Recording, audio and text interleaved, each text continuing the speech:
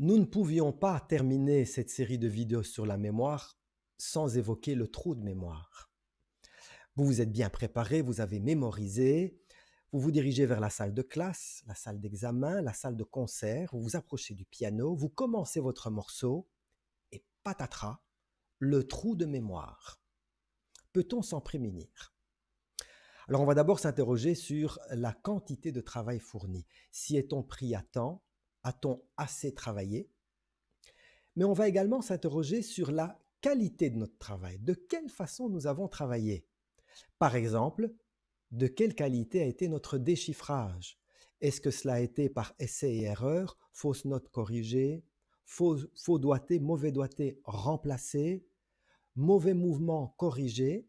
N'oublions pas que toutes ces images restent dans l'esprit.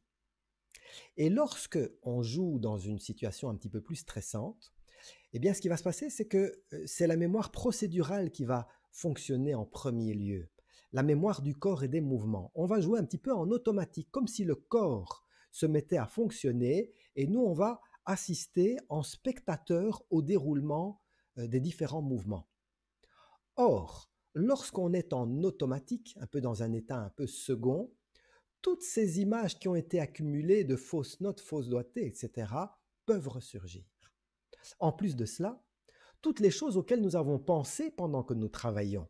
Par exemple, si nous nous sommes vus en train d'avoir un trou de mémoire, avoir un problème d'exécution d'un certain trait, si nous avons pensé je vais me planter, je n'y parviendrai pas, je n'ai pas une bonne mémoire, j'aurai un trou de mémoire, lorsqu'on est en automatique dans cet état un petit peu second, eh bien toutes ces choses qui sont en toile de fond peuvent ressortir et provoquer le dit trou de mémoire.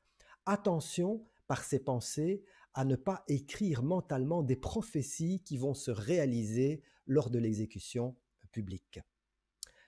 Un autre élément qui est très important, c'est que à côté de la mémoire procédurale, la mémoire des mouvements, qui est très solide, mais qui est un petit peu inconsciente, il y a une autre mémoire qui peut venir la solidifier, c'est la mémoire conceptuelle.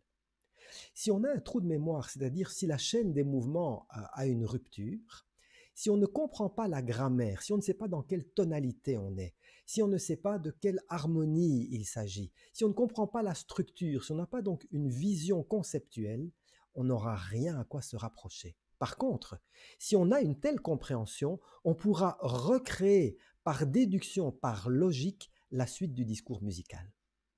Enfin, il est de première importance de bien se reposer avant un examen ou une exécution publique. Voilà, c'est la dernière des 10 vidéos sur la mémoire. J'espère que vous y avez trouvé des pistes et un petit peu plus de clarté sur ce qui est en général peu étudié par les musiciens. Alors elle est terminée, cette série. Pourtant, je me réserve le droit de produire une dernière vidéo dans laquelle je vais rassembler tous ces éléments pour voir de quelle façon on peut concrètement les mettre en pratique.